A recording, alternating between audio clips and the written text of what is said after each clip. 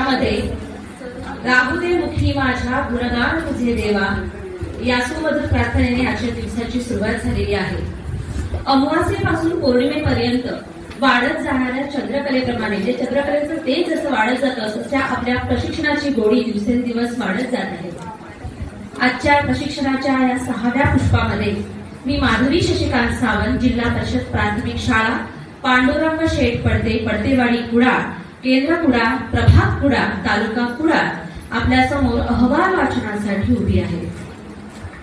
परशुरामाच्या पदस्पर्शाने पावन झालेल्या कोकण भूमीतील निसर्गाचं कोंदण लाभलेल्या सिंधुदुर्ग जिल्ह्याची राजधानी असलेल्या या सिंधुदुर्ग नगरीत विद्यार्थ्यांना आकार देणाऱ्या शिक्षकांची पायाभरणी जिथे केली जाते त्या जिल्हा शिक्षण व प्रशिक्षण संस्था सिंधुदुर्ग डायटच्या सरस्वतीच्या ज्ञान मंदिरात नवनियुक्त शिक्षकांचे प्रशिक्षण पार पडत आहे।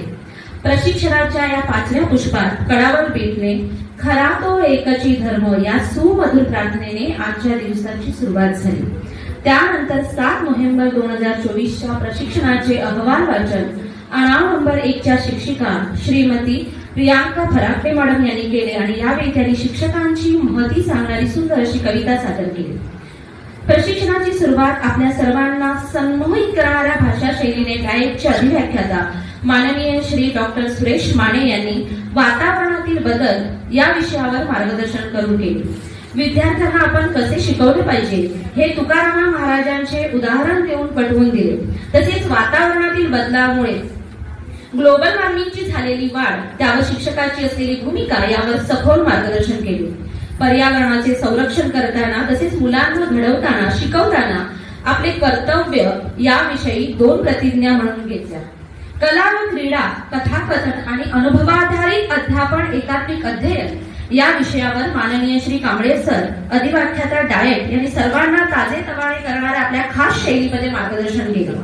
मुलांना पारंपरिक पद्धतीने न शिकवता अशा पद्धतीने शिकवा की ते दोघांनाही उपयोगी पडणे आवश्यक आहे। आज शाळा आहे, शिक्षण नाही, देखाव्यामध्ये सगळे हरवले आहे, यात गभितार्थ दडला आहे हे समजून घेऊन काम करा। जगाच्या बाजारात टिकणारे शिक्षण द्या असे सांगताना कलाकाराची ताकद काय असते यासाठी त्यांनी आतापर्यंत होऊन गेलेले गायक, संगीतकार, नाटककार, चित्रकार यांची कितीतरी उदाहरणे दिली। कला ही माणसाला परमोच्च शिखरावर नेऊन ठेवते ते आपल्या एका विद्यार्थ्याचे उदाहरण देऊन त्यांनी सांगितले। यावेळी नवनियुक्त शिक्षक श्री संदेश गोसावी सर यांनी मुकद्दर का सिकंदर हे लोकप्रिय गीत सादर केले। त्यानंतर शालेय स्पर्धा परीक्षा या विषयावर माननीय श्री गौरव नाईक सर, शाळा कुडाळ कविलकाटे, गणित विज्ञान पदवीधर शिक्षक यांनी स्पर्धा परीक्षांचे महत्त्व समजावून सांगितले। शासकीय स्पर्धांचा अंतर्भाव कसा करावा याचे मार्गदर्शन केले। तसेच स्पर्धा परीक्षांचे फायदे, अभ्यासक्रमाची सांगड घालून कशा पद्धतीने करावे हे सांगताना शालेय स्पर्धा परीक्षा, एपीजे स्पर्धा परीक्षा, 5वी ते 8वी शिष्यवृत्ती परीक्षा, जवाहर नवोदय विद्यालय परीक्षा, सैनिक स्कूल परीक्षांची माहिती तसेच मिळणारे लाभ यांची सखोल माहिती दिली। तसेच ज्ञानीने होणाऱ्या परीक्षेची तयारी कशी करून घ्यावी, स्मार्ट वर्क कसे करावे याचे उत्तम मार्गदर्शन केले। आपल्या ओजस्वी वाणीने ज्यांच्या बोलण्यातच जीवनाचे सार आहे अशा श्रीमती शर्वरी राज्याध्यक्ष मॅडम, मुख्याध्यापिका प्राथमिक शाळा पोखरण नंबर 1 यांनी प्रारंभिक बाल्यावस्था संगोपन व शिक्षण या विषयावर मार्गदर्शन केले।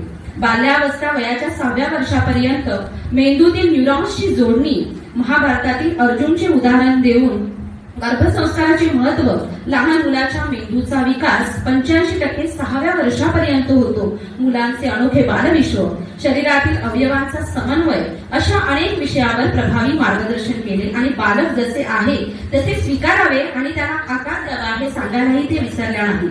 दुपारच्या सत्रात अध्यापन पद्धतींची स्वायत्तता या विषयावर कणकवली डीएड कॉलेजचे अधिव्याख्याता माननीय श्री प्रताप सिंह यादव सर यांनी मार्गदर्शन केले। शाही विवाह लकडचोड्याची गोष्ट सांगून आपण आपल्या अध्यापन पद्धतीमध्ये नाविन्यता आणून कशी आणावी हे समजावून सांगितले। घोका आणि खोका ही पद्धत आता कालबाह्य झाली आहे। विद्यार्थ्यांची पार्श्वभूमी लक्षात घेऊन अध्यापन पद्धती अवलंबली पाहिजे। मनोविश्लेषणवाद, संरचनात्मक अध्ययन अध्यापन पद्धती तसेच मेमरी गेम घेऊन मोकळीका घेतली। शिकवताना आईस ब्रेक महत्वाचा आहे हे त्यांनी सांगितले। त्यानंतर माननीय श्री मधुकर शिंदे सर, मुख्याध्यापक वाडोस नंबर 1 यांनी शिक्षण व्यवस्थेचा गाभा असलेल्या शालेय समित्यांची ओळख या विषयाची विस्तृत माहिती दिली। अनेक बारकावे समजावून सांगितले. व्यवस्थापन व शाळेचा विकास यातील दुव्याचे काम शिक्षकांनी यशस्वीरित्या कसे करावे हे स्व अनुभवावरून स्पष्ट केले. तसेच इतिवृत्त लिहिताना कोणती काळजी घ्यावी याचेही मार्गदर्शन केले.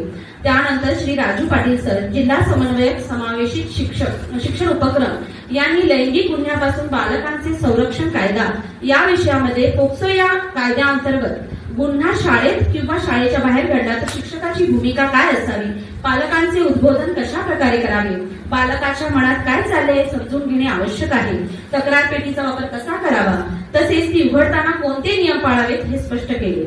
मुले ही राष्ट्राची संपत्ती आहे, त्यांना संरक्षण देऊन बालप्रेमी समाज घडवूया हे सांगून त्यांनी सर्वांना पुढील सेवेसाठी शुभेच्छा देऊन आजच्या दिवसाची सांगता केली. धन्यवाद.